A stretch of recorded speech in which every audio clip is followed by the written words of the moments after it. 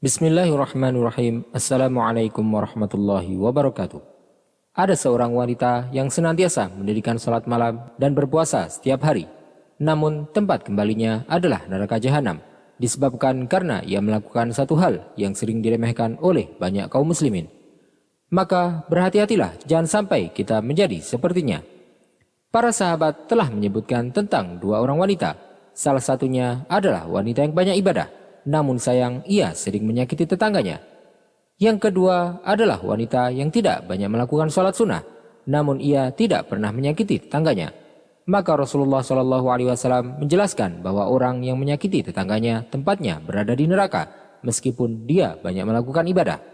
Sedangkan wanita yang meskipun ia sedikit melakukan sholat sunnah, tetapi tetangganya selamat dari keburukannya, maka tempatnya adalah di surga. Diriwayatkan dari Abu Hurairah radhiyallahu anhu bahwasanya dia berkata, ada seorang sahabat yang bertanya kepada Rasulullah sallallahu alaihi wasallam sebagai berikut. Ya Rasulullah, inna fulanah taqumul laila wa tasumun nahar wa taf'al wa tasaddaq wa tu'ti jiranha bilisaniha.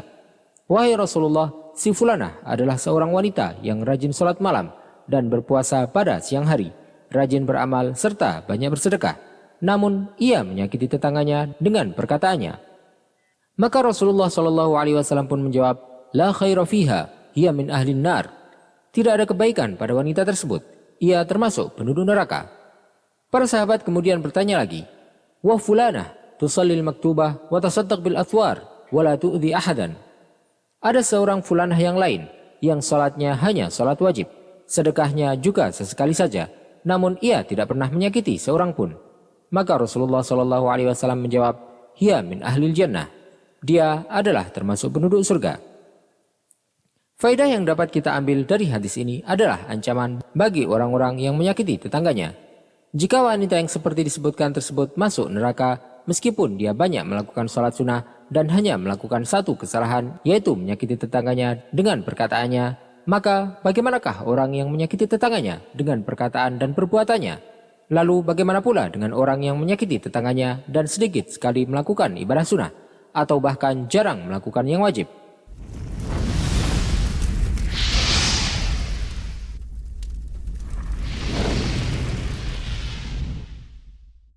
Hadis yang mulia ini merupakan peringatan bahwasanya menyakiti tetangga dapat menghilangkan banyak kebaikan seorang hamba, karena kesalahan-kesalahan dapat menghapus kebaikan, sebagaimana kebaikan juga dapat menghapus kesalahan-kesalahan. Dan hal itu sebagaimana yang disebutkan oleh Allah SWT dalam firman-Nya, فَأَمَّا مَنْ ثَقُلَتْ مَوَازِينُهُ فَهُوَ فِي عِيشَةٍ رَاضِيَةٍ وَأَمَّا مَنْ خَفَّتْ مَوَازِينُهُ فَأُمُّهُ هَاوِيَةٌ وَمَا أَدْرَاكَ مَا هِيَهْ نَارٌ حَامِيَةٌ. Maka adapun orang yang berat timbangan kebaikannya, maka dia berada dalam kehidupan yang memuaskan. Dan adapun orang yang ringan timbangan kebaikannya, maka tempat kembalinya adalah neraka hawiyah. Dan tahukah kamu apakah neraka hawiyah itu? Yaitu api yang sangat panas. Maka neraca timbangan sebelah mana yang lebih berat, dan hal tersebutlah yang menentukan apakah kita kelak akan berada di neraka atau di surga. Dalam hadis tersebut juga ada peringatan tentang apa yang dilakukan oleh sebagian orang, karena mereka mungkin berbuat zalim dan berbuat salah, tetapi mereka juga mengharapkan ganjaran dan pahala.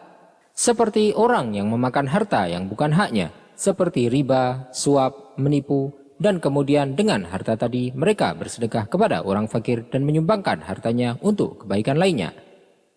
Hadis ini juga menunjukkan bahwa kita dibolehkan untuk menyebutkan kesalahan yang ada pada diri seorang dengan tujuan yang syar'i, seperti untuk meminta fatwa atau pengaduan tindakan zalim, dan hal tersebut bukanlah termasuk ghibah yang tercela, karena hal itu merupakan bagian dari nasihat yang terpuji.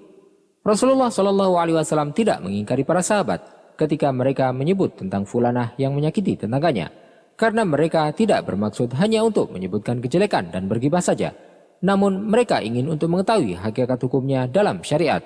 Sebagaimana pula yang disebutkan dalam hadis lain tentang pengakuan Hindun ketika menggambarkan tentang suaminya yang merupakan orang yang pelit. Rasulullah SAW pun tidak mengingkarinya, karena pada saat tersebut Hindun sedang meminta fatwa, dia terzalimi dan dia hendak mengetahui haknya dalam syariat. Wallahu ta'ala alam wa sallallahu wa sallama wa baraka ala sayyidina Muhammadin wa ala alihi wa sahbihi ajma'in.